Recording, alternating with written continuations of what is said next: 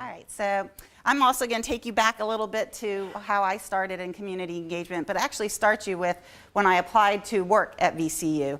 I'm a transplant from California, had no intention of ever leaving the state of California.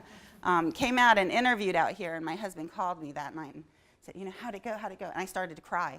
I said, oh my God, it's so great, but it's in Virginia. And it was so great because of the focus. Even in 2004, there was already a really big focus on engaging with the community and work in the community and working together with the community. So since 2004, as Valerie said, I've been partnered with various organizations who have been working to promote health and well-being in the Latino community here in Richmond, which is a growing community. So one of the first things we did with my partners was I sat at the table with them and said, well, what's going on, what do we need to do? And they said, we need a needs assessment because we need to know what's going on.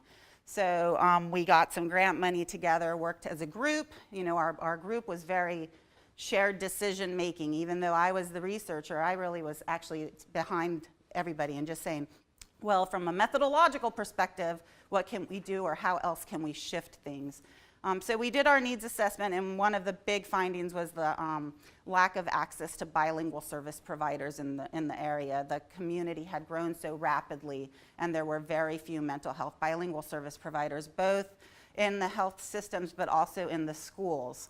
And so we got together, and then again, our group is very, not just what's the identified need and being responsive to the community, but how do we work as a group together to address the needs in the community.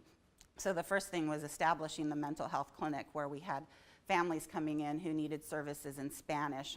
I don't advertise the clinic, or I try not to, because it's very dependent on having bilingual graduate students in the clinic. And despite my not advertising it, we have at least 3 to 4 referrals every 1 to 2 months. So there's still a real significant need in the community. So my topic for my lightning talk, just to give you guys this quick set, was cultural competency. And it's kind of a funny topic because community engagement is cultural competency. Because much of the point of community engagement is working with your partner to hear their voice. So you're really practicing an interpersonal stance that's probably better defined as cultural humility, which is I am going to be other-oriented and I am going to learn from you in what needs to happen so that I can better help and better work with the community. So while my research interests are in one area, my research ends up looking really like I have ADHD because I'm community engaged. So what my community wants is what we're doing.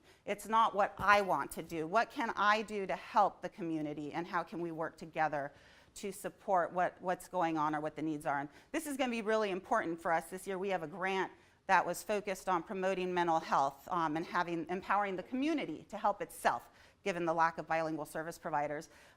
But with everything that's going on right now politically, I don't think we're going to continue, which is why I like our community engagement. I think we're going to shift. And we're going to get back together and figure out, is this truly what we need to be doing right now? And hopefully my granting agency over here will be like, it's okay, Rose. Because we've done part of it, but we're going to have to move, I think. So, yeah, I think I sound, yeah? Okay.